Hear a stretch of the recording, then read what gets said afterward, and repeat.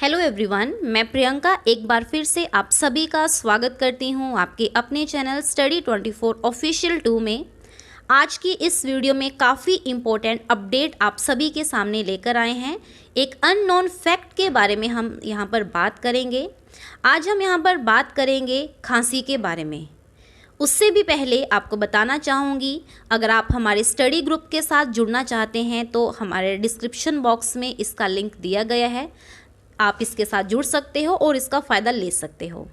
अब हम बात करते हैं, काफ़ी इंटरेस्टिंग क्वेश्चन हम सभी के माइंड में आता होगा कि आखिर हमें खांसी क्यों होती है, या हम बोल सकते हैं कि हम खांसते क्यों हैं। तो खांसना हमारी बॉडी का एक डिफेंस मैकेनिज़्म है, यानी शरीर की ये एक रक्षात्मक प्रतिक्रिया। चाहे हम कुछ करें चाहे ना करें, सांस तो हम हमेशा लेते ही हैं, इसलिए हमारी सांस नली हमेशा चालू रहती है। ये शरीर का वो दरवाज़ा है जो हमेशा खुला रहता है। इस दरवाजे से और भी कई तत्व हमारे अंदर आ जाते हैं, जैसे कि धूल, सूक्ष्म जीव, हवा में मौजूद दूसरे अनवांटेड पार्टिकल्स। इनसे हमारे शरीर को खतरा हो सकता है, इसलिए हमारे शरीर में खांसी का एक जुगाड़ होता है। खांसते हुए हमारी सांस नली इन बिन बुलाए तत्वों को बाहर निकालने का काम करती है। खांसी का कारण कुछ भी हो सकता है, साधारण जुकाम, एलर्जी, प्रदूषण, फ्लू या फिर धूम्रपान।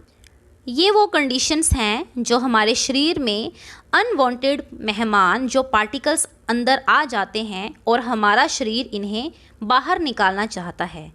खांसते वक्त हमारे शरीर में होता क्या है, जब हमारी सांस की नली में कोई ऐसी चीज़ अंदर आ जाती है जो हमारे लिए नुकसानदायक हो, ये हमारे लिए खतरे की बात हो सकती है। यहाँ मौजूद नर्व्स हमारे ब्रेन में सिग्नल भेजती हैं। ऐसी कंडीशन में हमारा दिमाग चौकन्ना हो जाता है और कफ रिफ्लेक्स एक्शन एक्टिवेट करता है। ये काम करने का जिम्मा दिमाग का सेंट्रल नर्वस सिस्टम उठाता है। अब इस कफ रिफ्लेक्स से क्या होता है?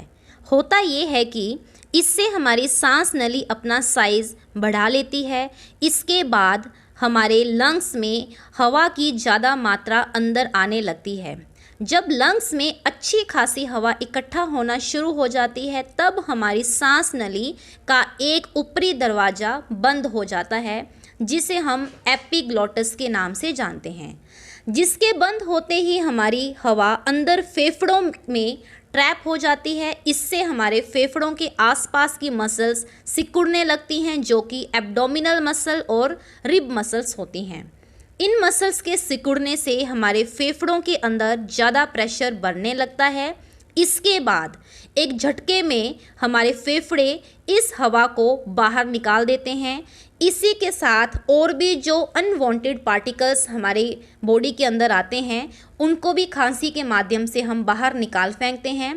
इसी घटना को हम खांसी का नाम देते हैं।